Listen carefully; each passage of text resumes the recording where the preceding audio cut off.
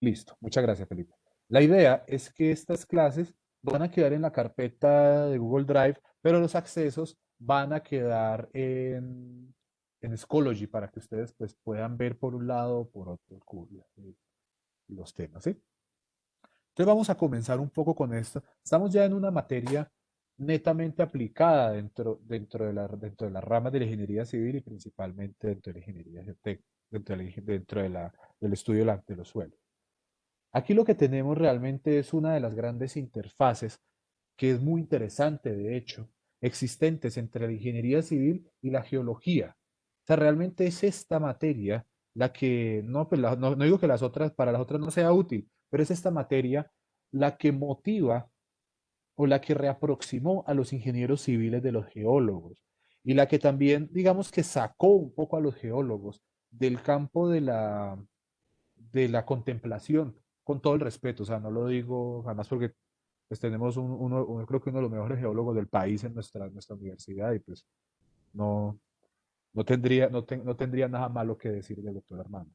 Pero los geólogos, desde el punto de vista de las ciencias, pues han sido personas mucho más cercanas a la explicación de los fenómenos y de la existencia de nuestro planeta que de pronto de la resolución de problemas específicos. Y esta parte los trajo completamente, y digamos que no solamente los acercó a nosotros, sino que nos acercó también a ellos. Y en este campo, que es el campo de la ingeniería geotécnica, que tiene formalmente estamos cercanos a cumplir los 100 años, que es cuando se publicó el libro de Urbermecanique, el libro de Terzaghi, la tesis de doctorado de Terzaghi, que fue como el primer texto a nivel mundial formal desde el punto de vista de la mecánica de suelos. Entonces fue aquí donde comenzaron a acercarse, pero aún con todo y eso, la geología comenzó a acercarse casi por allá en la década de los 50 o 60. Entonces, ¿cuáles son nuestras ramas fundamentales o nuestras bases? Pues aquí vamos a hablar primero de la mecánica de suelos, que pues es un campo en el cual ya hemos tenido la oportunidad de navegar y de estar y de pasar y de discutir. Eh, y pues aquí tengo una definición que he tomado de uno de los textos que he resuelto utilizar también durante el curso, no será el único, eh, pero aquí es básicamente la aplicación de la mecánica al suelo, ¿sí? Entonces, lo que vamos a hacer es evaluar el suelo desde el punto de vista físico, desde el punto de vista mecánico, ¿ya?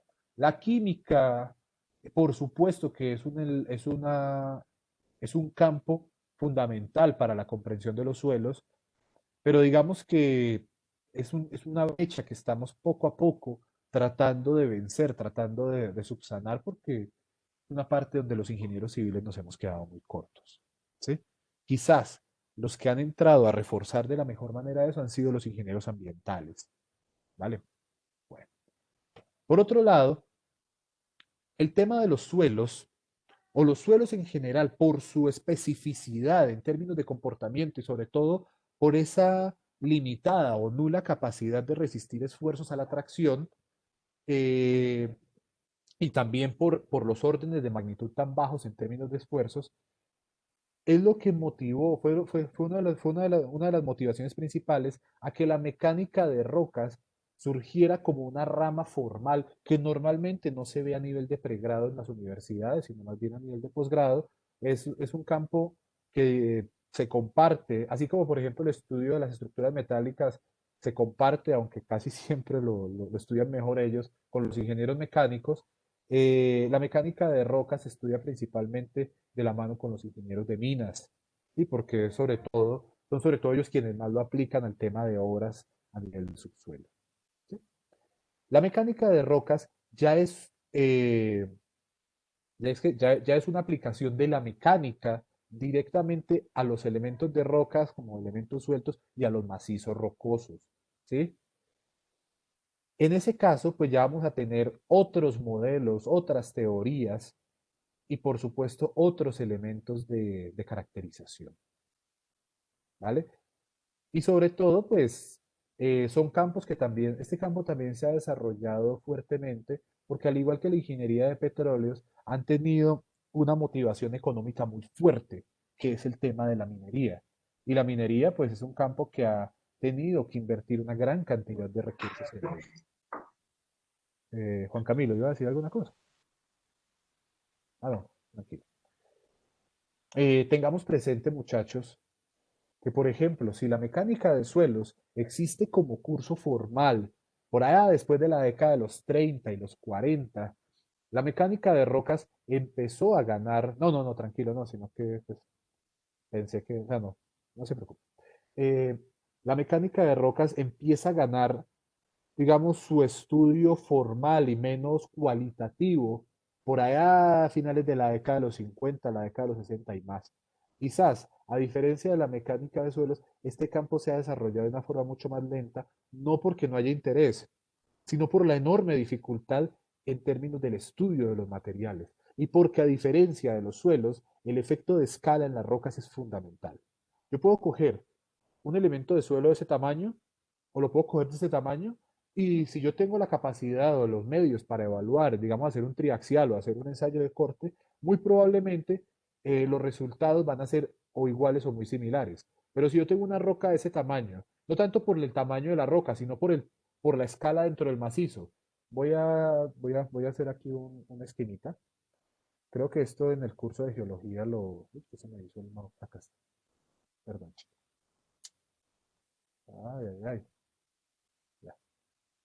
Yo, por ejemplo, tengo un macizo rocoso acá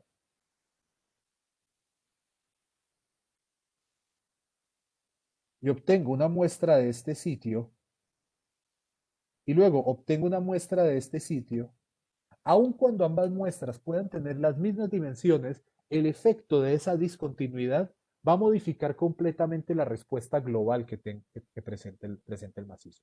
¿Sí?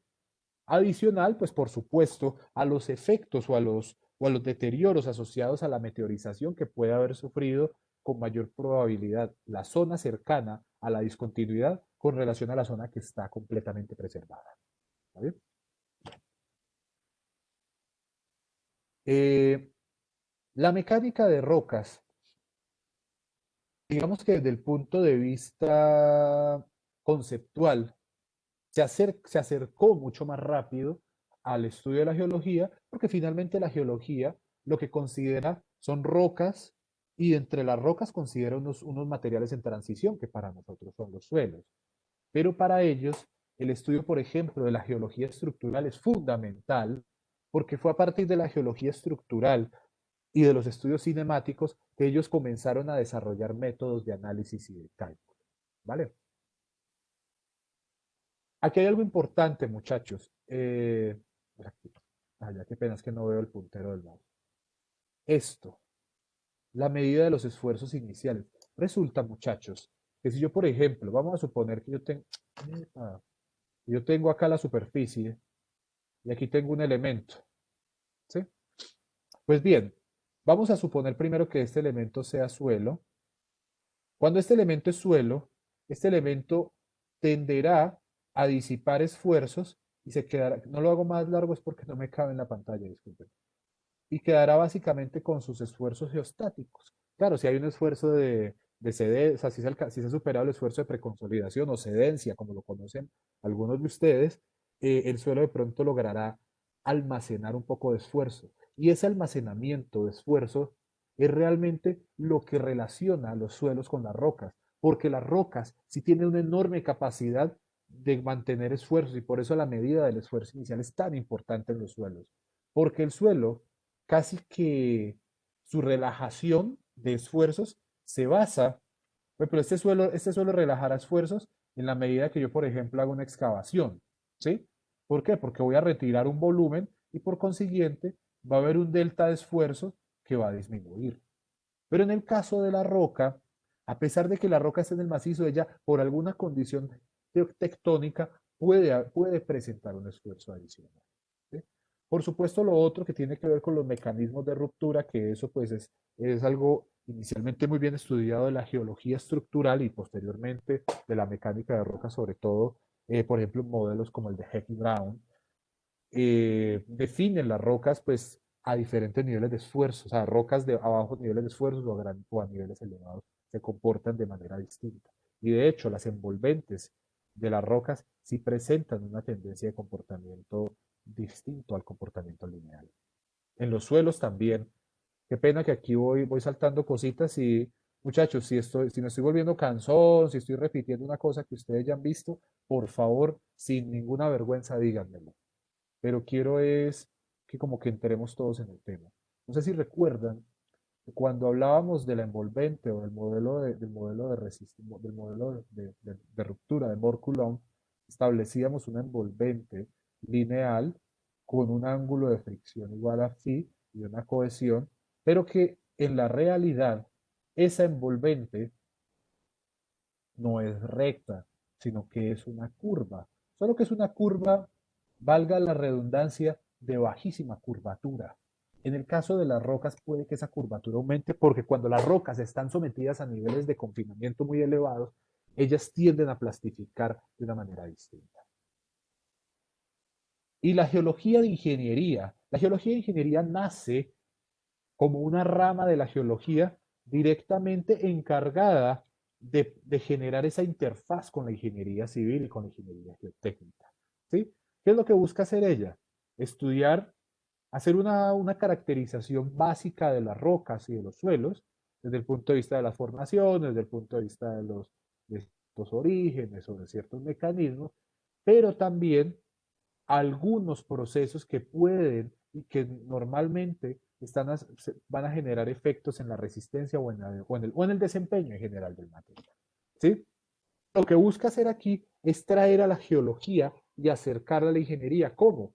De forma tanto cualitativa, que es algo importante para nosotros, pero también suministrando valores que nos sean útiles para a nosotros. Recuerden que como ingenieros civiles, pues yo sé que como ingenieros civiles nosotros también, o sea, nosotros nos gusta observar, nos gusta ver, nos gusta conocer, pero nuestra labor como ingenieros civiles es dar soluciones, porque nosotros estamos en una rama aplicada.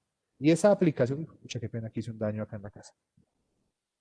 Esa rama aplicada lo que nos ofrece o lo que nos exige más bien es que nosotros cojamos esos materiales del entorno y podamos devolver una solución soportada y esa solución soportada la podremos dar si conocemos los mecanismos, si conocemos los parámetros. Ojo, esto es fundamental. Nosotros necesitamos parámetros numéricos o parámetros estadísticos. Necesitamos datos para poder entrar a modelos. Esa es nuestra filosofía o nuestro esquema de raciocinio. ¿Sí? Y por último, pues nos llegamos a la ingeniería geotécnica. En la ingeniería geotécnica, lo que vamos a hacer es recoger de la ingeniería civil, pues la ingeniería civil también ya se ha tornado cada vez más amplia, porque no estamos solamente hablando de suelo, estamos hablando de estructuras, estamos hablando de aguas, estamos hablando de construcción, que innegablemente son ramas que tienen que verse representadas en ello. O sea, si yo voy por ejemplo, lo que hablaba, lo que discutíamos hace un momento con Luis Carlos, si en algún momento vamos a entrar a la construcción de una estructura o del sostenimiento para una obra subterránea, pues por supuesto que los elementos de la ingeniería estructural tienen que estar presentes. La hidrogeología o los estudios de las aguas subterráneas también van a ser de vital importancia para poder evaluar las condiciones o los caudales o los tipos o las soluciones necesarias para poder garantizar condiciones de estanqueidad o de manejo de aguas en general. Esto ya es más pues, como un complemento para que ustedes lo tengan presente. Una de las grandes ventajas del Internet, de la Internet, se habla de una sociedad del conocimiento, pero creo que a eso no hemos llegado todavía y todavía estamos bastante alejados de ese paradigma.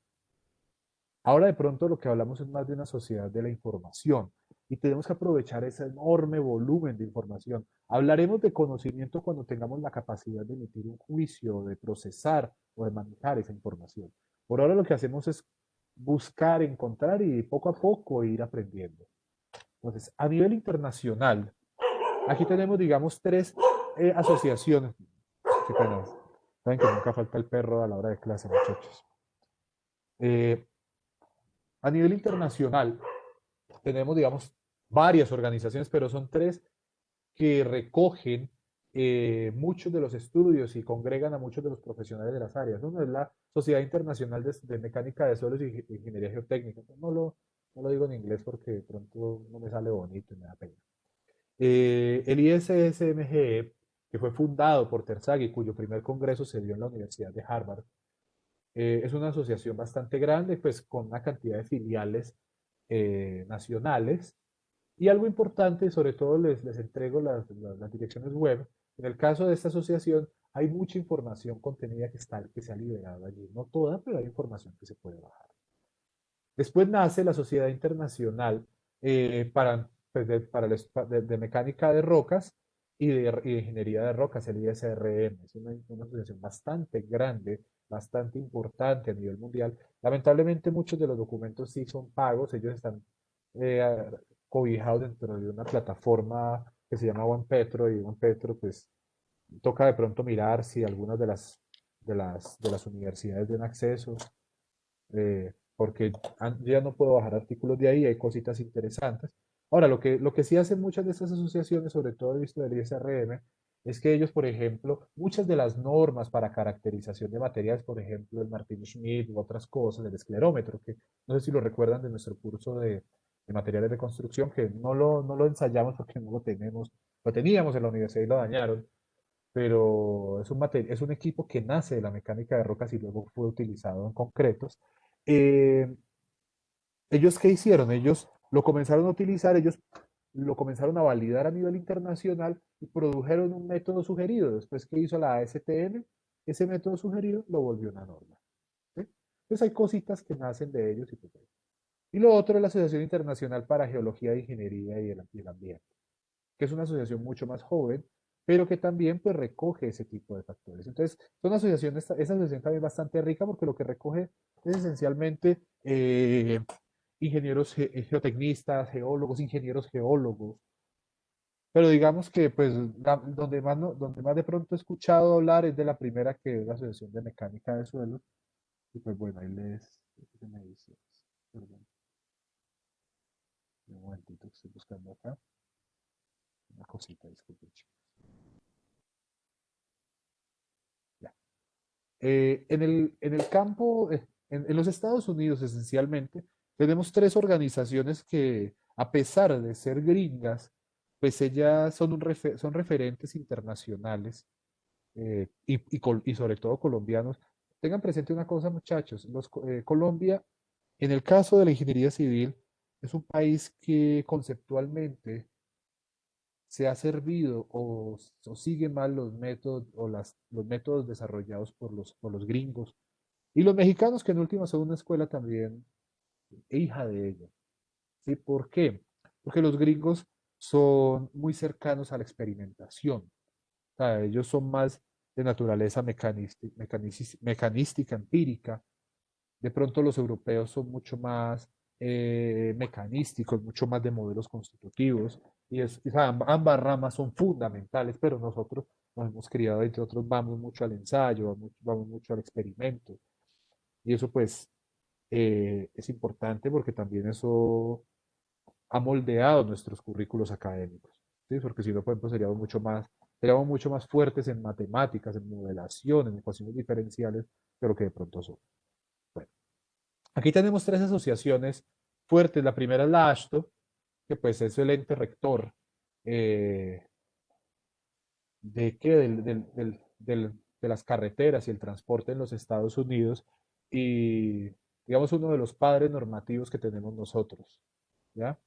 No solo desde el punto de vista de las normas, especificaciones. Aprovecho este comentario para hacerles un anuncio, muchachos.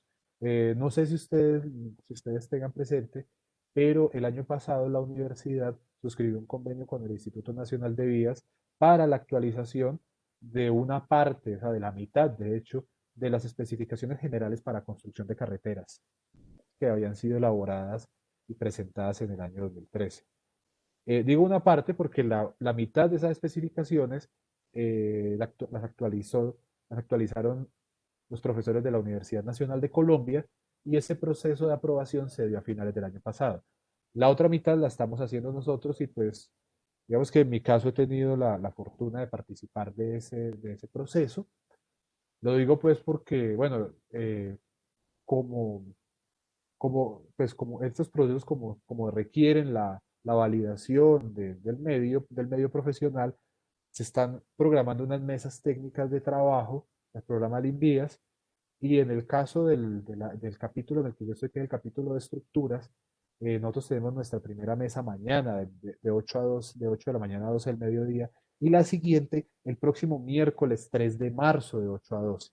Entonces, este anuncio tiene dos objetivos. El primero, pues invitarlos. Ahorita les puedo dejar ahí en Schoology eh, el link para los que, pues, si quieren acceder, me parece un espacio interesante, o si pueden hacerlo. Y pues igual, sea que entren o no, es porque pues eso pues, es un horario que yo no puedo programar, que lo programa directamente la gente del Invías. Entonces se nos va a cruzar con la clase del próximo miércoles. Entonces, este miércoles no vamos a hacer la clase. Lo que vamos a hacer, bueno, vamos a continuar y vamos a buscar de pronto un horario en el cual podamos recuperar la clase. ¿Me parece? Entonces, para que tengan muy presente eso, pues que no vayan ustedes a llegar el miércoles a las 9 aquí y se queden solitos. El segundo es la ASCE, que es la Asociación Norteamericana de Ingenieros Civiles, pues que es como nuestra Sociedad Colombiana de Ingeniería, pero realmente mucho más fuerte.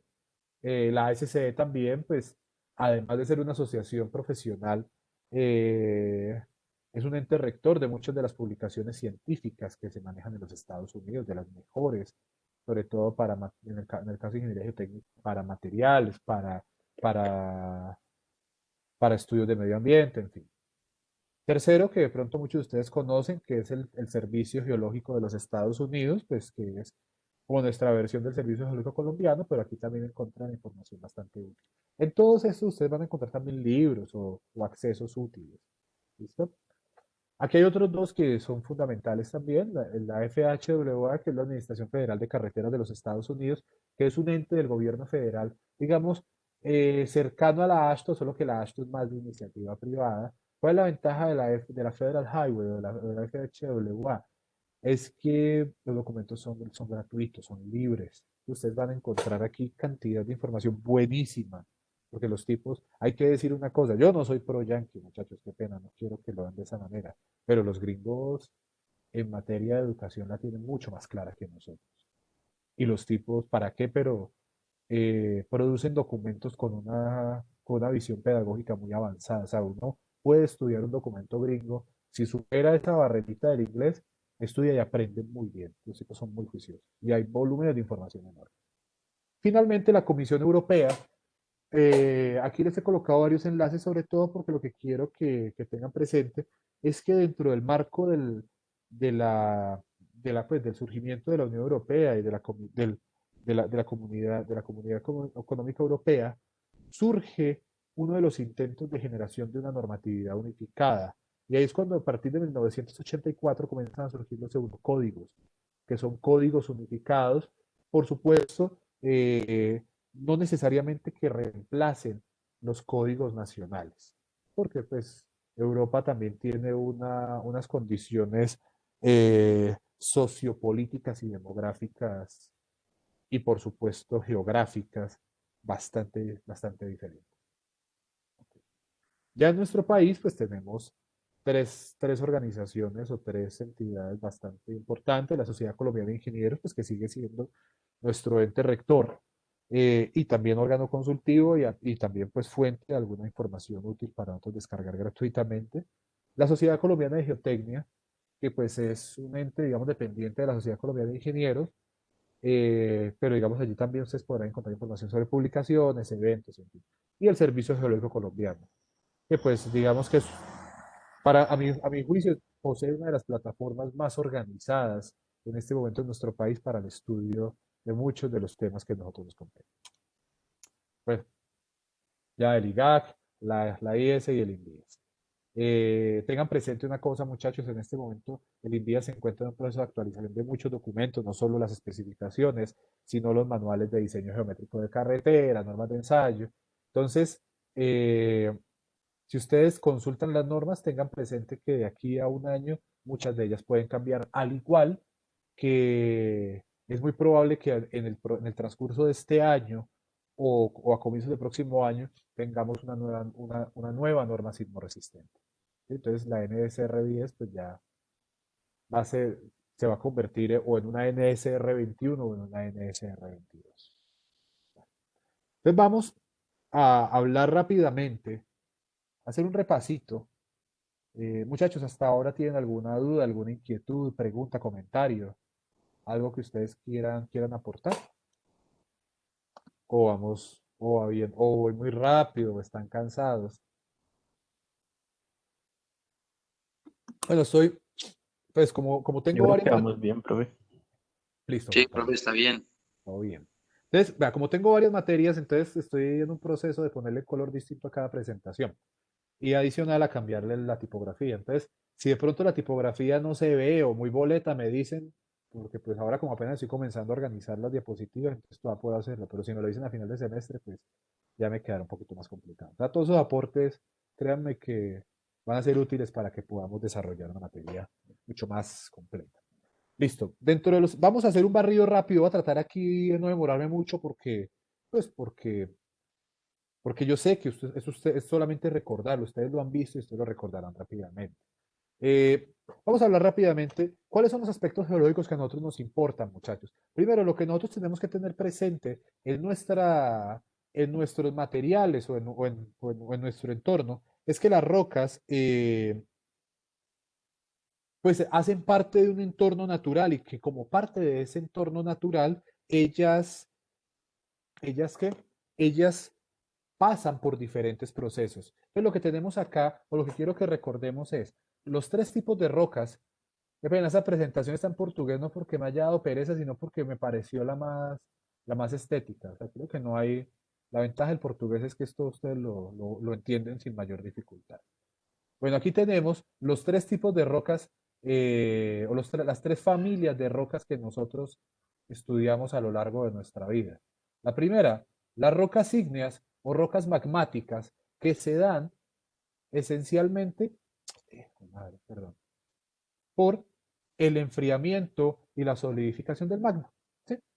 Entonces, por eso casi siempre muchos de los documentos arrancan mostrando ese tipo de rocas, porque pues hay que arrancar por alguna parte, pero como ciclo, digamos que las rocas pueden arrancar de cualquier parte. Por otro lado, tenemos dos tipos de rocas muy importantes. Bueno, estas rocas ígneas, que son aproximadamente el 75% de las rocas que componen nuestra corteza terrestre, no necesariamente las vamos a ver identificadas en superficie. A las que nos vamos a encontrar en superficie son a estas, a las rocas sedimentarias. Las rocas sedimentarias son materiales producidos o producto de procesos de degradación de otras rocas y posteriormente de un proceso de conformación o de litificación o diagénesis. ¿Qué quiere decir la diagénesis? El surgimiento de nuevas rocas. ¿Sí?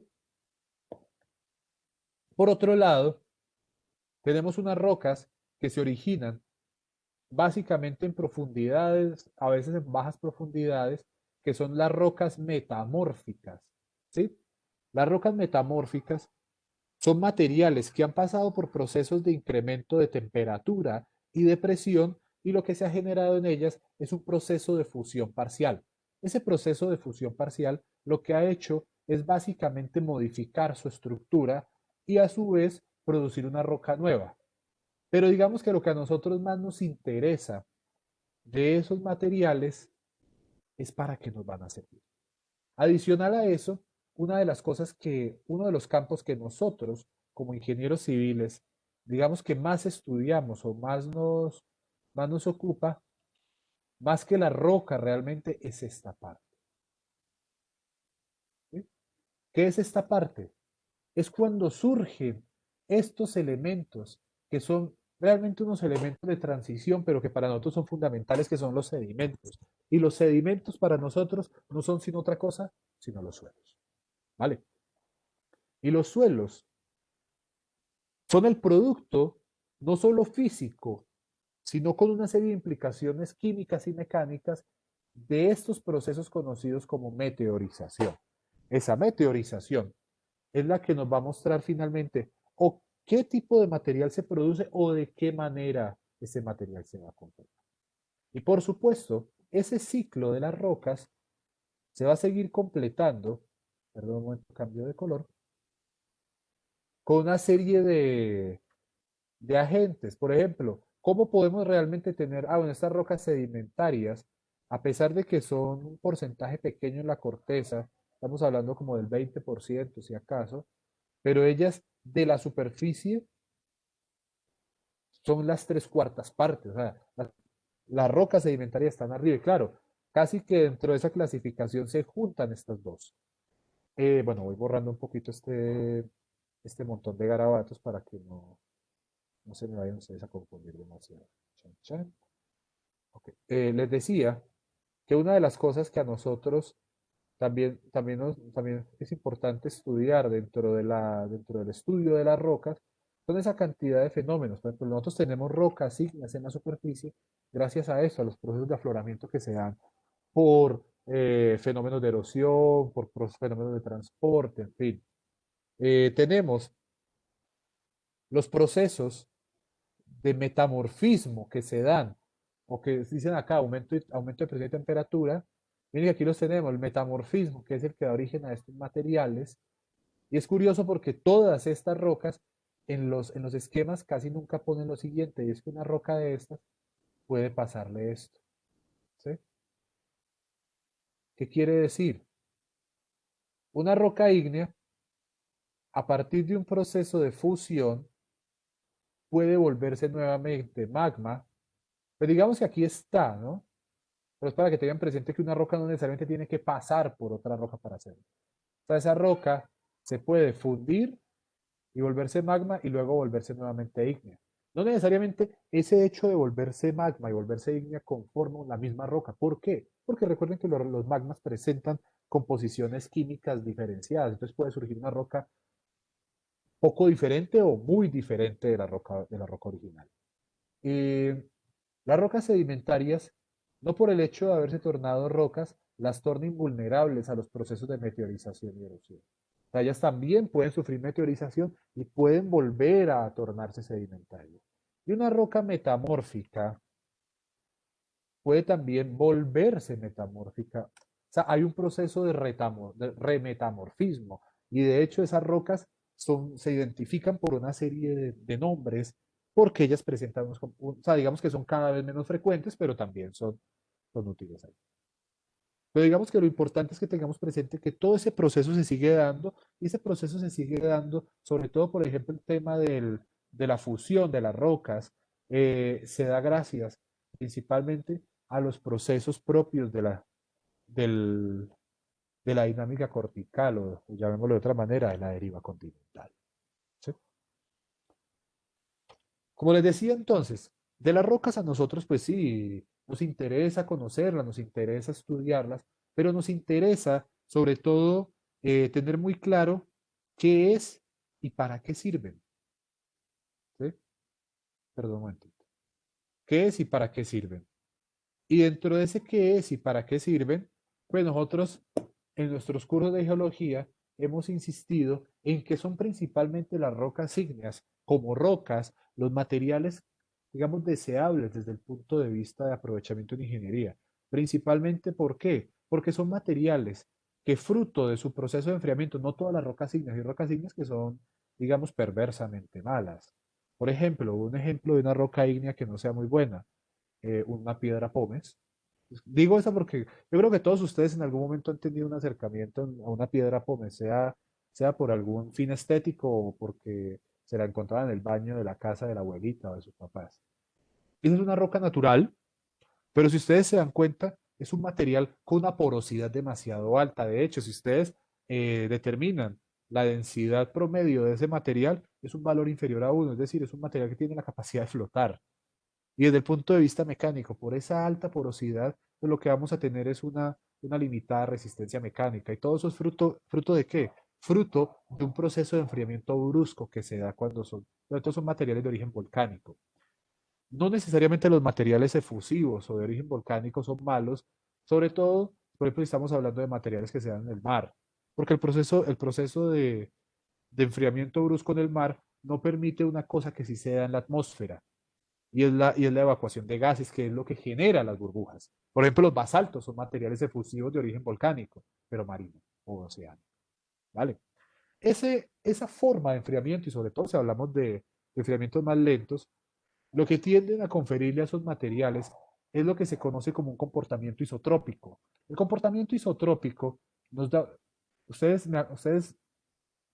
se acuerdan, se acuerdan qué es isotropía, muchachos? ¿Alguno de ustedes me puede ayudar con eso? Que responde a Cuando, los esfuerzos de igual manera en todas las direcciones. exactamente. O sea, que su respuesta mecánica, o no solo mecánica, sino su respuesta física, es la misma en todas las direcciones. ¿Cuál es la enorme ventaja con eso? Pues primero que yo lo puedo cargar en diferentes direcciones como realmente ocurre. Y segundo, que desde el punto de vista de su uso como materiales de construcción, yo puedo acomodar los materiales de una forma aleatoria. ¿Sí? O sea, yo no tengo que entrar a acomodar partícula por partícula, lo cual, pues de pronto en una calle empedrada o algo así es algo que se haga, pero en una carretera sería algo interminable si yo tuviera que empezar a acomodar cada roquita de forma independiente. Cosa que, la, ¿por qué no lo presentan las rocas sedimentarias y las rocas metamórficas, muchachos? ¿O si lo presentan?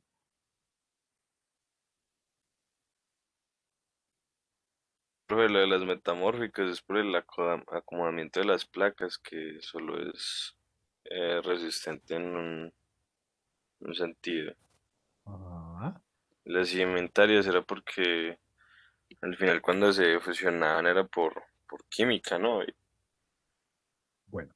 Bueno, vamos una a una antes. Las rocas metamórficas, recuerden, hay de dos tipos. Hay rocas que presentan foliación y hay rocas que no presentan foliación. Por ejemplo, una roca foliada, la pizarra, sí, esa creo que es de las más conocidas por nosotros. Sea porque la vemos con mucha frecuencia aquí o porque es la roca base de las mesas de billar, que es algo de lo cual muchos sienten bastante orgullo. ¿Qué pasa con ese tipo de rocas? Ellas, por esa condición de partirse en hojitas, ellas no son isotrópicas, son de hecho anisotrópicas. Además que esa es una roca metamórfica de baja temperatura, eso es un metamorfismo de una arcilla. O sea, ya de por sí no es muy buena, la verdad. Pero, por ejemplo, tenemos las rocas no foliadas, tenemos rocas metamórficas masivas, muchachos. Por ejemplo, el mármol. El, el mármol es metamórfico, pero ese man, pues, ustedes lo ven, él no tiene un acomodo diferente en cada dirección. ¿Sí? Por ejemplo, la cuarcita. Sí, hay muchas otras rocas que son durísimas, pero digamos que muchas veces, por ejemplo, el mármol no es una roca utilizada, sí es una roca muy utilizada en construcción, por supuesto, pero digamos, no a nivel estructural, ¿sí? Ustedes no, pues no sé, bueno, no sé aquí si hay alguno con ese poder adquisitivo, pero ninguno de ustedes pavimentaría la calle de su barrio con mármol, ¿sí? Eso sí sería una cosa muy de película, ¿no? Pero digamos que además porque son materiales en general, por lo menos en nuestro medio, bastante escasos. Y en el mundo son escasos. Las rocas metamórficas no es que sean tan escasas, sino que la gran mayoría todavía se encuentran en profundidad. Pero el mayor problema es que por el hecho, y como dijo el compañero, por esos acamamientos, bueno, no tanto el bandeamiento, sino cuando tenemos foliaciones, esquistosidades, cuando tenemos esas capas, lo que tenemos es un fenómeno de preesfuerzo que torna el material menos competente y anisotrópico. En el caso de las rocas sedimentarias, pues si bien tenemos rocas que son no muy, tenemos rocas anisotrópicas, también tenemos rocas isotrópicas.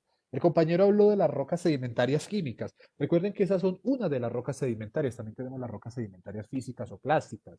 Las rocas sedimentarias físicas o plásticas, recuerden que son aquellas que se forman por concreción de sedimentos. Y las concreciones de sedimentos, pues lo que tienden a formar eh, son estratos. Y los estratos son anisotrópicos. Pero una roca sedimentaria química puede tener una tendencia a ser isotrópica. Puede. Por ejemplo, una caliza. ¿Sí? Por ejemplo, ¿qué otra me queda por ahí? Eh, un jade. Bueno, o sea, ese tipo de rocas que son, o sea, algunas de las que se dan en ambientes de sedimentación. Pero en general, con las rocas ígneas, Además que nos encontramos con un material que normalmente es de mayor resistencia, aunque pueden haber unas rocas metamórficas vergonzosamente duras, que eso desde el punto de vista de ingeniería tampoco es útil, porque uno pensaría que entre más resistente mucho mejor.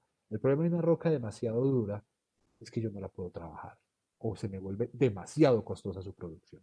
¿Sí? O sea, por ejemplo, yo tengo una roca que es tenazmente dura, por ejemplo, un shirt, esa vaina yo la voy a meter en una trituradora y la trituradora me la puedo tirar rápidamente.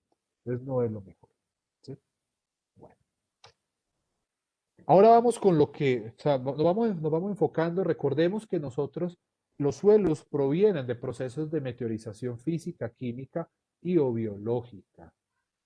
¿Cuáles son, en qué se diferencia un proceso de meteorización física a un proceso de meteorización química, muchachos?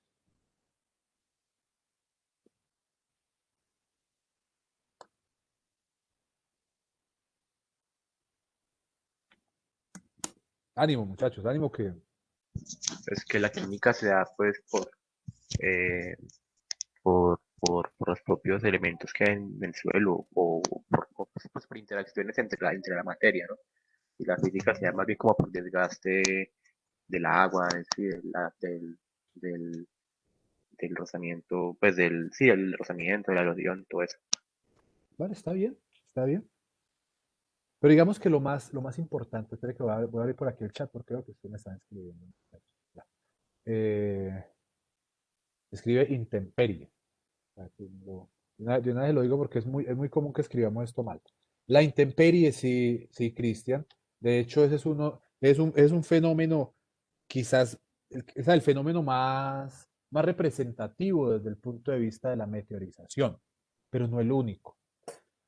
¿En qué se diferencia? Como dijo Juan Esteban, que también está bien, ¿sabes? Digamos que son conceptos que construyen lo que estamos hablando. La meteorización, Vanessa, Profe, también no sería ahí como los procesos de congelamiento de las rocas y descongelamiento también. sí, pero qué me quiere decir con eso? Pues eso no sería también una física. Claro que sí, Y claro una que sí, química no sería como la lixiviación. exactamente. O sea, mira lo siguiente. Vamos, ya, ahorita que voy a decir una cosa y luego voy a entrar con un poquito con lo que usted me está diciendo. Resulta que ¿cuál es la principal diferencia entre un proceso de meteorización física y uno química? El proceso de meteorización física genera una destrucción física del material. Yo fracturo la roca, fracturo el material y lo vuelvo fragmentos de menor tamaño, pero con unas propiedades, digamos, teóricamente iguales. Puede que el preesfuerzo lo haya debilitado, ¿sí? Pero en el caso de la meteorización física o la degradación, lo que estamos haciendo es modificar la estructura molecular del material, ¿sí? Por ejemplo, lo que dice Vanessa, el agua, y lo que dijo Juan Esteban también, el agua puede generar dos tipos de efecto. El efecto físico, en el caso del congelamiento hay un efecto de expansión por expansión térmica, ¿sí? O en el caso del flujo, hay un efecto de desgaste y de fricción, sobre todo por el caso de los solutos o de los sólidos que esté arrastrando el agua. Pero a su vez, el agua es un solvente. ¿Sí? El agua también tiende a robarle materiales o a robarle compuestos a las rocas. ¿Y cómo sabemos de eso, muchachos? Porque finalmente es gracias a eso que los lechos de los ríos se transforman y que el mar es salado. ¿Sí? O sea, lo que dijo, por ejemplo, la compañera es, por ejemplo, la lixiviación. La lixiviación es el paso de agua principalmente. Pero ¿qué es lo que lixivia? Ese contacto entre las moléculas de agua y algunos iones que tienen los suelos, lo que hace es que el agua se lo roba y sigue derecho su camino y ese material que quedó ahí va cambiando de composición. ¿Está bien? Por otro lado, la meteorización biológica, digamos que normalmente no se estudia de forma independiente. ¿Por qué? Porque realmente la meteorización biológica no es una meteorización en el sentido estricto de la palabra independiente. La meteorización biológica es la acción que pueden generar eh, los seres vivos a los suelos y a las rocas. Es como que, por ejemplo, las raíces pueden destruir mecánicamente una estructura, ¿cierto? Pero también ese efecto de succión que generan las raíces puede generar flujo de agua que produzca lixiviación. ¿Ven? que eso desde el punto de vista de meteorización es químico. O sea, son procesos de meteorización física y química generados por seres vivos, ¿vale? Con relación a los suelos que vamos a estudiar, tenemos dos grandes grupos, muchachos. Los suelos residuales. ¿Quién me recuerda qué es un suelo residual?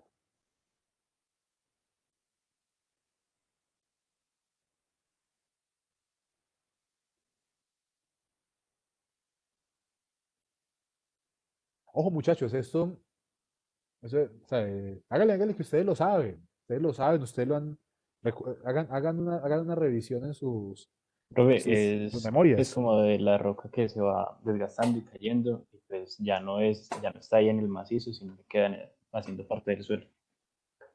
Exacto, lo que dice Juan Pablo, lo que dice Juan Pablo es más o menos por ahí va la cosa. El suelo residual es un suelo que se produce a partir, por supuesto, de una roca madre, pero que permanece en ese sitio, ¿sí? O sea, por ejemplo, si vemos este perfil que tenemos en la fotografía, este perfil es un perfil de meteorización, todo eso es un suelo residual. Y miren que ustedes van notando cómo paulatinamente ese suelo va cambiando. Ahí es donde tenemos una situación complicada. Miren, me gusta este perfil. Los libros del ingeniero Jaime Suárez son, me parece, unas obras de un elevado valor profesional y pedagógico.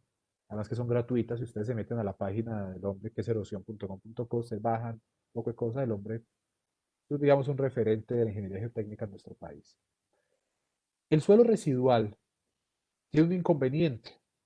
Y es que como el proceso de meteorización se va dando por procesos de lixiviación, por procesos de hidrólisis, en fin, por una cantidad de vainas, aquí tenemos tanto procesos químicos como procesos físicos involucrados. Pero en la medida que generalmente estamos cercanos a esta zona superficial, aquí estamos con un nivel de meteorización bastante avanzado. Tan avanzado que aquí ya tenemos prácticamente un suelo o de un suelo y de hecho en algunos casos ya hay una generación importante de ácido húmico, lo cual va a conferirle al suelo la capacidad de sustentar vida o es decir, convertirse en un suelo orgánico. Pero poco a poco, en la medida que nos vamos profundizando en este perfil, lo que vamos encontrando son cada vez suelos con un menor grado de meteorización química. ¿Qué quiere decir? Empezamos a encontrar un suelo de tendencia mucho más cercana a la roca, ¿vale? Hasta que después nos encontramos con esto que es un suelo poco evolucionado, es como una roca fracturada con un poco de meteorización química y finalmente llegamos a nuestra roca madre, ¿sí?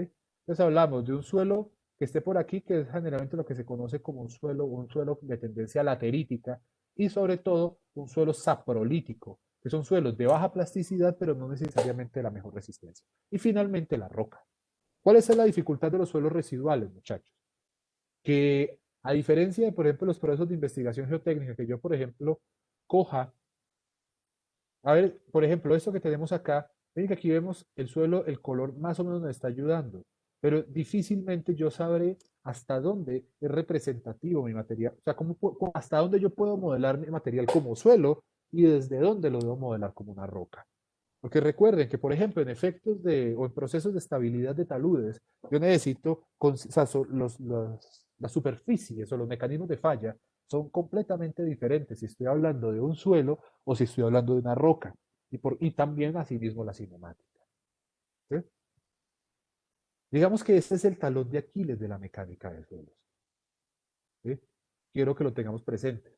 Claro, ¿cuál ha sido la respuesta a la mecánica de suelo? Nosotros no hemos dicho que no podemos hacer nada. Y de hecho hay investigadores en todo el mundo que tratan de evaluar esos suelos, sobre todo, por ejemplo, ¿dónde? En países como Noruega, Nueva Zelanda. Digamos, en países como Inglaterra o Japón no es tan frecuente, sobre todo porque sus suelos son de naturaleza sedimentaria o transportada, ya vamos a ver. Entonces, ellos han podido modelar de una manera mucho más aproximada los suelos. Pero hay que tener en cuenta esto, muchachos. La evaluación de esto es importante y tratar, sobre todo, lo que normalmente hacemos como ingenieros es llegar a hacer una evaluación del perfil de meteorización buscando qué? Buscando dónde está la roca y dónde está el saprolito. Y esto de aquí para arriba generalmente lo tratamos como suelo, pero entonces tratamos de ver si hay contrastes o no hay rigidez. Pero aquí es donde hay un contraste importante. Sobre todo porque aquí ya podemos en algunos casos, si fuera necesario, pensar en que esta sería una superficie de soporte o de cimentación apta. ¿Sí? El proceso de muestreo y ensayo es difícil por varias razones. La primera, porque a veces el material es suelo y a veces el material es roca.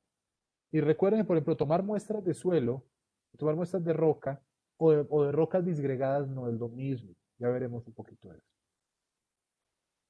Por su misma condición, generalmente son suelos de una alta, de una alta capacidad de una alta conductividad hidráulica, es decir, son suelos permeables. Y esa permeabilidad, adicional con su localización topográfica, hace con que en la gran mayoría de los casos los niveles freáticos no sean muy cercanos a la superficie. Entonces ahí entramos con materiales que tampoco están secos, sino que se encuentran en condiciones de saturación parcial. Que ese es un campo que si bien la mecánica de suelos está explicando, digamos que sigue haciéndolo y que normalmente el estudio de la mecánica de suelos no saturados o parcialmente saturados, que es la gran mayoría de los suelos en el mundo, no se maneja a nivel de pregrado. ¿Sí? Esto adicional, o sea, son suelos cuyos contenidos de humedad y saturación varían con facilidad. Para darles un ejemplo, nuestros suelos en el Quindío, sobre todo cuando llegamos a las temporadas, o sea, no tenemos los contrastes de temporada seca y temporada de lluvias o estiaje. Espera un momentito, ninguno todavía ha ingresado al curso, ¿no? Recuerden que estas diapositivas quedan en el curso, al igual que el programa, la programación de actividades y la grabación de la clase para que no dejen de ingresar allí. Por otro lado, tenemos nuestro suelo residual, pero nuestros suelos transportados o sedimentarios. ¿Qué son? Son suelos que han experimentado un proceso de transporte y que se han localizado en otro lugar distinto. Generalmente, ellos están condicionados por dos cosas. Primero, por el agente de transporte, que normalmente puede ser el agua o puede ser el viento. Y segundo, por las condiciones de sedimentación. ¿Qué quiere decir las condiciones de sedimentación? Las condiciones de sedimentación pueden generar que mi material, pues de transporte y sedimentación, que entre mayor sea la distancia de transporte, la forma y los tamaños de los granos va a cambiar, o si el ambiente de sedimentación es, es lento o es rápido, pueden modificar algunas cosas. Por ejemplo, la fotografía que tenemos en la parte inferior izquierda de la diapositiva, lo que nos muestra esta foto, ya es familiar para varios de ustedes, es una secuencia de sedimentación en el mar. Guarda una relación, uy, qué pena, guarda una relación que tenemos acá en la otra fotografía. Y esto lo que tenemos acá es una secuencia de sedimentación continental, pero de aguas calmas o de origen lacustre. Aquí lo que tenemos es principalmente un suelo de naturaleza arcillosa. ¿Y qué es la arcilla? Es un suelo proveniente de meteorización química. Mientras que lo que tenemos acá en la izquierda es una secuencia conforme, perdón, antes manejaba la tabletica como con más destreza, aunque pues, la letra mía nunca es que haya sido digna de mostrar. Generalmente cuando tenemos estas secuencias, aquí lo que tenemos son arcillas, arenas, arcillas, y aquí lo que tenemos es meteorización química, meteorización física, meteorización química. Que estas meteorizaciones químicas están asociadas a aguas lentas, a aguas calmas, que quiere decir a mareas bajas o zonas de baja profundidad. Estos procesos de meteorización física están asociados o a zonas o a momentos de mayor velocidad o a momentos secos en los cuales hubo transporte eólico. ¿Alguna pregunta, muchachos? ¿Algún comentario hasta ahí o todo bien?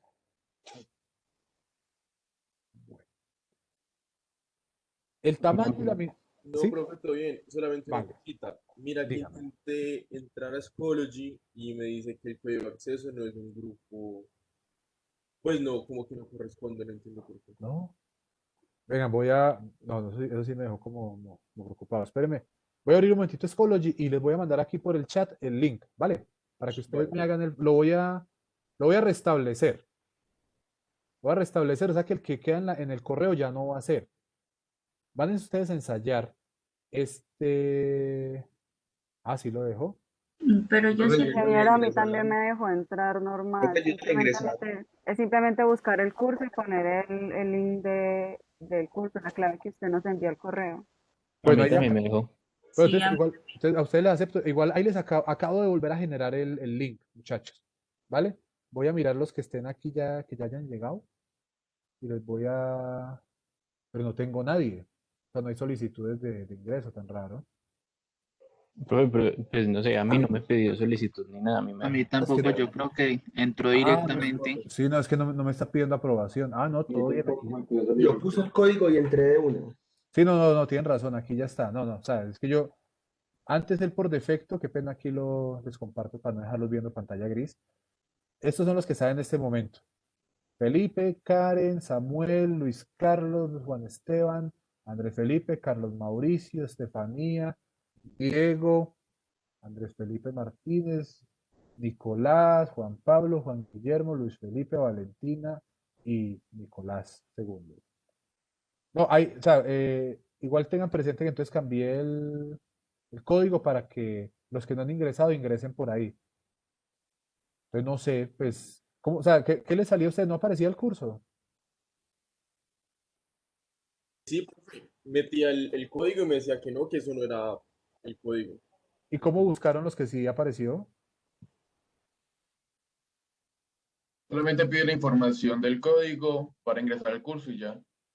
Dice cursos, ingresar a curso, Vale. ingresar código. Ensayen a ver y cualquier cosa me van diciendo, ¿vale? Pero bueno, ya veo que primero hay que tener creada la cuenta en Schoology y después de que se mete ahí, que inicia sesión, le dan cursos y ingresa el código del curso y así lo encuentra uno. vale. Venga, ahorita aprovechando lo que dijo Juan Guillermo, por favor estén muy pendientes de crear esa cuenta, muchachos, que a veces algunos de ustedes dejan para crear esa cuenta el día del parcial. Y a veces la hijo de madre cuenta por pura ley de Morphy no funciona. Y en medio del parcial sí queda como un poquito tensa la cosa cuando no se pueda. Entonces vayan haciendo el ensayo. Por favor, no olviden la contraseña. Eso sí es fundamental, ¿no? Uno necesita que lo elimine del curso porque tiene algún problema de acceso, dice, y eso se puede hacer. Bueno, pero bien. No, es que no sabía. Es que yo, como yo en los otros casos lo tenía habilitado para que me avisara cuando alguien estaba ahí entrando, pero aquí ya varios de ustedes están. Ok, con relación entonces al tamaño de la mineralogía, recuerden que nosotros hacemos una discretización de los suelos a partir ¿de cuál tamiz? Del 200. Del 200, exacto. Todo lo que sea retenido en el 200 se considera como un suelo grueso, todo lo que sea pasante del tamiz 200 se considera como un suelo fino. Por supuesto, vamos a tener dentro de ese subconjunto de los suelos gruesos, vamos a tener los que reconoce el sistema unificado de clasificación de suelos, que quiero que recuerden que no es el único sistema, que existen otros, pero que desde el punto de vista de la ingeniería colombiana, nosotros manejamos normalmente dos sistemas en ingeniería civil. Uno, el sistema unificado de clasificación de suelos y dos, el sistema de la AASHTO. Existen otros, por ejemplo, también existen los sistemas, por ejemplo, el que maneja el Agustín Kodax y pues sobre todo que son más desde el punto de vista pedológico y agrológico. Pero nosotros, pues digamos que trabajamos con algo mucho más simple. Así nosotros trabajamos con el tema de los anguisolos y esas cosas, serían un cocado de suelos que ustedes más adelante se darán cuenta. Y pues que eh, la cosa es que entre uno y otro suelo a veces mecánicamente no hay una diferenciación significativa y eso puede eh, afectar un poco o puede ser innecesario para nosotros. Tenemos esos cuatro grupos, los cantos que son tamaños mayores a 12 pulgadas, los guijarros que son tamaños entre 3 y 12 pulgadas, la grava que va entre el número 4 o 4.75 milímetros y 3 pulgadas, y las arenas que van entre el 200 y el número 4.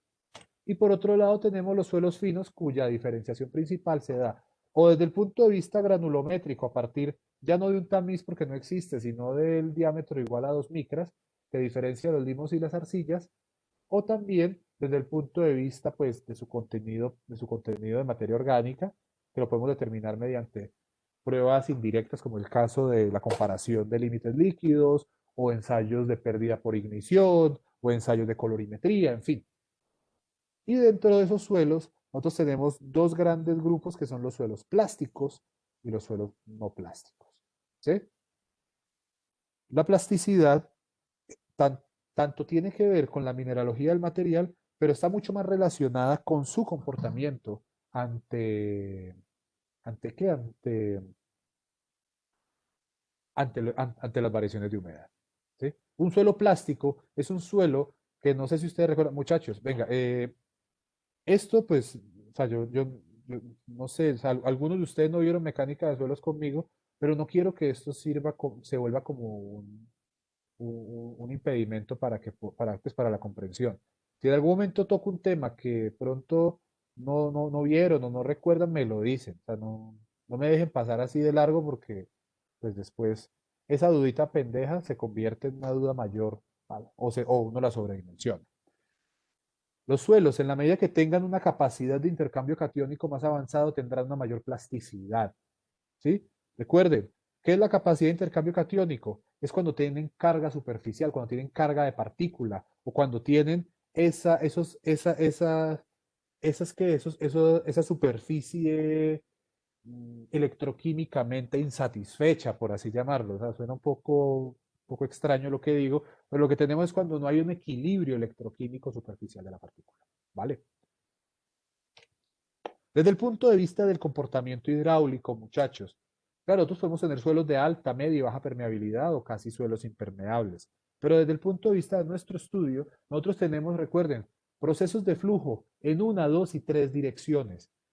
Realmente en la naturaleza los procesos de flujo son tridimensionales, pero recuerden que uno de los grandes objetivos de la ingeniería es modelar lo que nosotros tenemos en pues, nuestros problemas para poder resolverlos. Y generalmente lo que nosotros tratamos de hacer es los problemas tridimensionales a ver, anteriormente cuando se iba a modelar una estructura, modelar un problema en dos y tres dimensiones se volvía un tema bastante complejo, sobre todo por las múltiples soluciones que puede tener la ecuación diferencial de Laplace. Pero al poder restringirla a una sola dimensión, podemos llevar ese proceso de flujo, ese proceso de filtración a una ecuación o a un modelo que es el que está descrito mediante el uso de la ley de Darcy, válida para condiciones de flujo laminar medio saturado. Acuérdense, por favor. ¿Sí? Sin embargo, esta parte yo sé que los que vieron la materia conmigo ya no la vieron y eso sí, les ofrezco disculpas. Es igual si en algún momento del semestre quieren, lo vemos ahí por fuera de la clase sin problema. Y es que los procesos de flujo bidimensional lo que hacen es que a pesar de que la velocidad, el vector velocidad es una constante, el vector velocidad o las componentes del vector de velocidad no lo son. O sea, ¿cómo así? Si yo, por ejemplo, imagino el flujo, esto es una línea de flujo y esto es una línea equipotencial. Los que vieron la materia en el otro curso, sí, creo que esto sí lo vieron ustedes, muchachos, los del otro curso, ¿o no?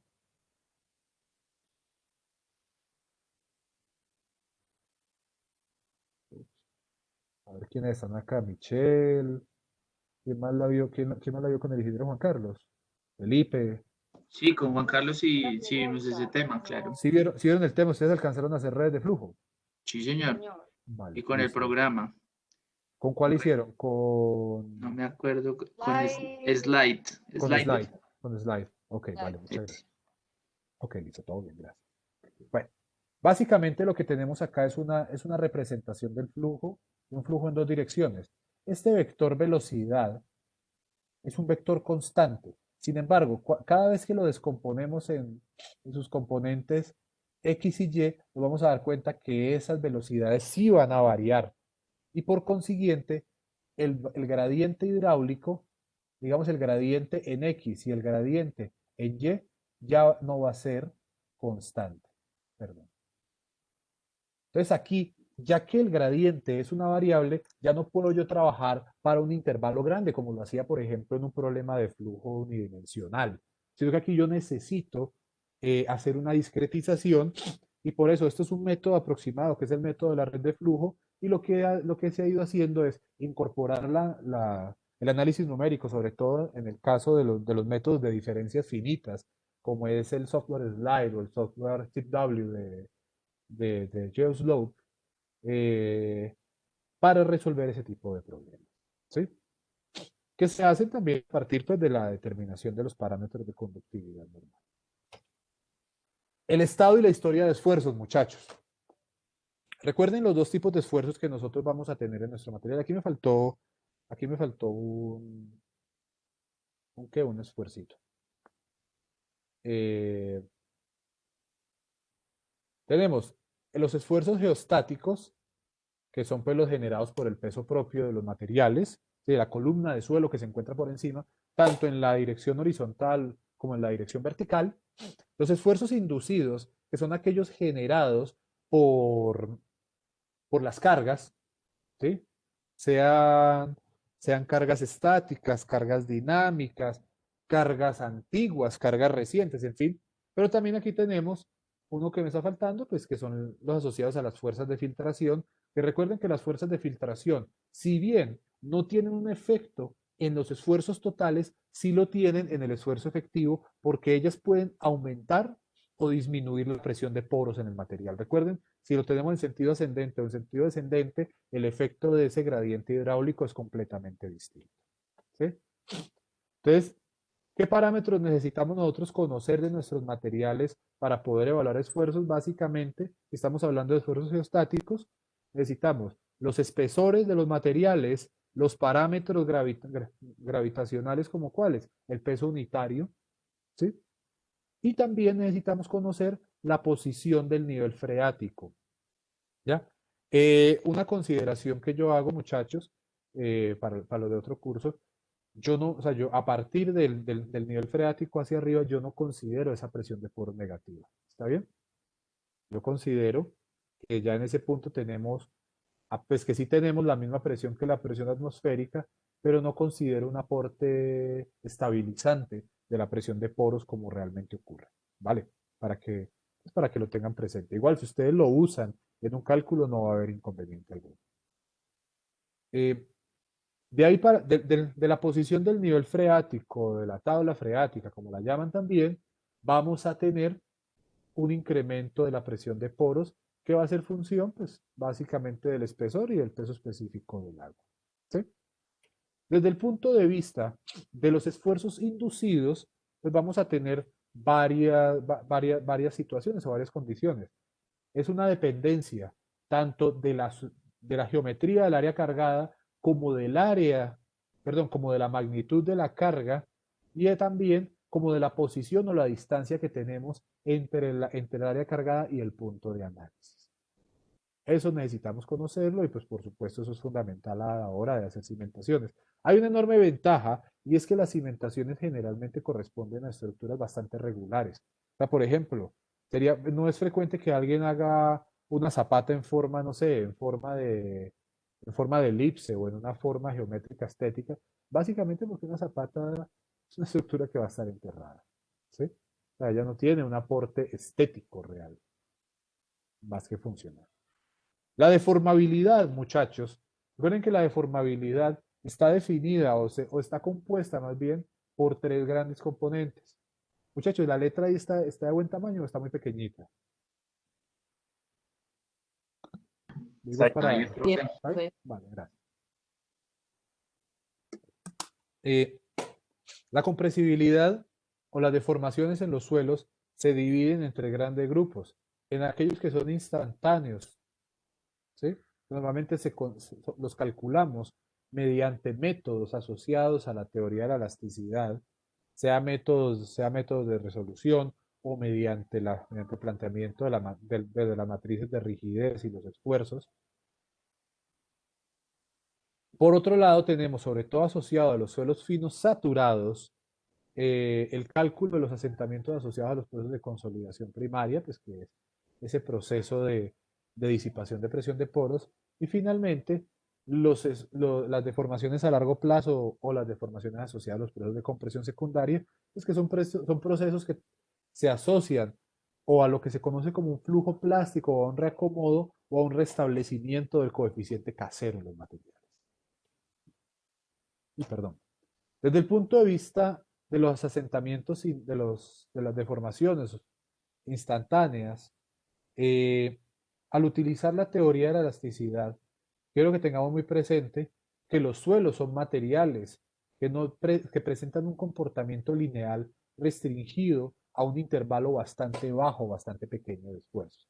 En ese sentido, cada vez que nosotros calculemos una respuesta asociada a cargas más altas, tendremos que definir el tipo de módulo que vamos a utilizar o ese módulo operacional, que normalmente o será un módulo secante, o si lo que tenemos es un intervalo de esfuerzos que va no entre cero, sino entre un valor inicial y otro, podremos definir un módulo tangente o otro módulo secante que no sea necesariamente inicial. ¿Ya? Y de esa misma manera, pues se pueden obtener los parámetros asociados a la teoría de elasticidad, que serían básicamente la relación de Poisson, que pues, como les digo, se puede obtener en los suelos, pero no necesariamente es la única alternativa de solución. Recuerden que los modelos constitutivos de los suelos, aunados pues a la mecánica computacional, pues han permitido evaluar condiciones de deformación elastoplástica o modelos mucho más cercanos a ciertos materiales. Y desde el punto de vista de la consolidación primaria, pues aquí lo que traigo solamente para que estas figuras para recordar. Tenemos acá las isóbaras, que son en la parte izquierda de la figura, que son la respuesta o las diferentes soluciones a la ecuación diferencial de Laplace, en la cual lo que nos está mostrando es la manera como se disipa la presión de poros en un estrato, considerando pues las máximas concentraciones de presiones de poros hacia la mitad del estrato cuando tenemos drenaje en ambas caras y un exceso de presión de poros igual a cero en los bordes, lo que va a generar un gradiente y un flujo en esas dos direcciones. En la figura del lado derecho, lo que vamos a tener es una curva de compresibilidad o es un artilugio realmente propuesto por Casagrande para poder definir los dos momentos del material, una rama virgen, una rama de preconsolidación, y dentro de ellos definir ese esfuerzo de preconsolidación o de excedencia, y también catalogar nuestro material dentro de la historia de esfuerzos como un material normalmente o sobreconsolidado. ¿Sí? Desde el punto de vista de la compresión secundaria, recordemos que la compresión secundaria es un efecto que se mide específicamente para cada intervalo, que no tiene un parámetro común para todos los suelos, sino que va variando.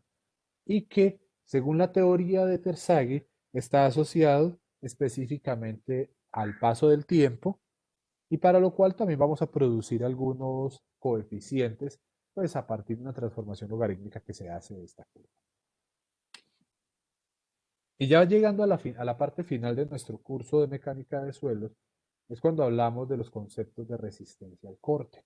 En los conceptos de resistencia al corte, quiero que recordemos esta primera parte, y es que tenemos dos grandes grupos de comportamientos normales en los suelos. El primero, de los suelos normalmente consolidados o también de las arcillas de baja compactación o de baja densidad relativa, que es lo que se encuentra representado por la curva de color azul oscuro, que son en la parte superior, pues una curva esfuerzo de formación que nos muestra que la curva irá ganando será creciente hasta que alcance una condición conocida como de volumen constante o cuando alcance la condición de estado crítico del material. ¿Sí? Y en la curva que tenemos en la parte inferior, que está representando la variación volumétrica del material, lo que vamos a tener es un comportamiento esencialmente contractivo. ¿Sí? Por eso recuerden que estos son materiales, sobre todo desde el punto de vista de las arenas, altamente susceptibles a los fenómenos de licuación, porque es aquí cuando se generan los incrementos en los excesos de presión de poros. Y las curvas que están en rojo, lo que representan son arenas de alta densidad relativa, o por el lado de las arcillas, materiales sobreconsolidados, en los cuales se exhibe un pico de resistencia. Y ese pico de resistencia se sigue con un proceso de, que ya ven como un softening o una pérdida de rigidez hasta alcanzar una condición también de volumen constante o de estado crítico. Lo veremos en la curva de variación volumétrica con un inicio de proceso contractivo y posteriormente con un proceso dilatante del material. ¿Qué quiere decir? Los volúmenes de vacíos tienden a aumentar y por consiguiente son materiales de poca susceptibilidad o de ninguna susceptibilidad ante los fenómenos de licuación. Esas curvas se encuentran también asociadas con las posibles envolventes de resistencia. Recordemos que los suelos conocidos como normalmente consolidados o poco compactos, tienden a conformar envolventes de resistencia que parten del origen de coordenadas, ¿sí? ¿Vale? Cuyas ecuaciones, pues, que también nos permiten relacionar, es la que tenemos acá, que podemos a partir de un estado inicial de esfuerzos, determinar, por ejemplo, un esfuerzo máximo, un desviador, en fin. Y en el caso de materiales compactos sobre consolidados, ese incremento o ese pico, lo que tiende a conformarnos es un intercepto, que en el caso de las arenas se conoce como un intercepto cohesivo porque no es una cohesión, porque ella no existe en la arena. Y de hecho, en las arcillas se habla así de una cohesión porque se habla de una fuerza física, electroquímica, pero que algunos autores establecen que realmente no es así. Que lo que hacen las arcillas es que cuando sufren sobre consolidación es que ellas retienen un poco los esfuerzos. ¿Y por qué lo dicen? Porque miren que aquí tenemos una arcilla y no muestra cohesión. Es un tema bien interesante. Campos de aplicación, ya para terminar esta clase, la clase de hoy. Pues muchachos, nuestros estudios se van a ver reflejados o van a ser útiles eh, dentro de una serie de estructuras, tanto de naturaleza geotécnica como de naturaleza diversa. Pero lo que ¿dónde vamos a centrar nosotros? Principalmente este curso principalmente se centra en la construcción o en la propuesta de elementos de cimentación y de elementos de contención y por supuesto un poco de dimensionamiento o de chequeo de taludes. Entendiendo pues que el chequeo de taludes hace parte también del método iterativo de proyecto que nosotros manejamos en ingeniería y es que proponemos unos parámetros de solución y lo que vamos haciendo es que vamos chequeando nuestras respuestas para que ellas cumplan o satisfagan unos criterios desde el punto de vista mecánico. ¿Sí? Bueno, muchachos, ¿alguna pregunta, algún comentario, alguna cosa que se me haya quedado, que no hayamos visto bien? ¿O estamos bien por ahí? Vale, entonces, igual, el contenido de esta clase, pues que ustedes se darán cuenta que es mucho más extensa, ¿sí?, que lo que discutimos hoy. Lo encontrarán ustedes en la plataforma. E igual, como el viernes, vamos a arrancar a partir del tema de estudio geotécnico. Les pido, por favor, voy aquí dejando de compartir, les pido, por favor, que revisen y que discutan pues, el tema del programa, el tema de la evaluación o las fechas. Y el viernes conversamos. ¿Está bien? ¿Alguna pregunta? Bueno, listo, chicos, entonces. Gracias. Listo, profesor. Gracias, profesor. Gracias, Hasta luego. profe. Muchachos, que les vaya muy bien. Me da mucho gusto volver a verlos y que tengan un feliz día. Hasta luego. Hasta luego. Hasta luego, profe, gracias. Hasta luego.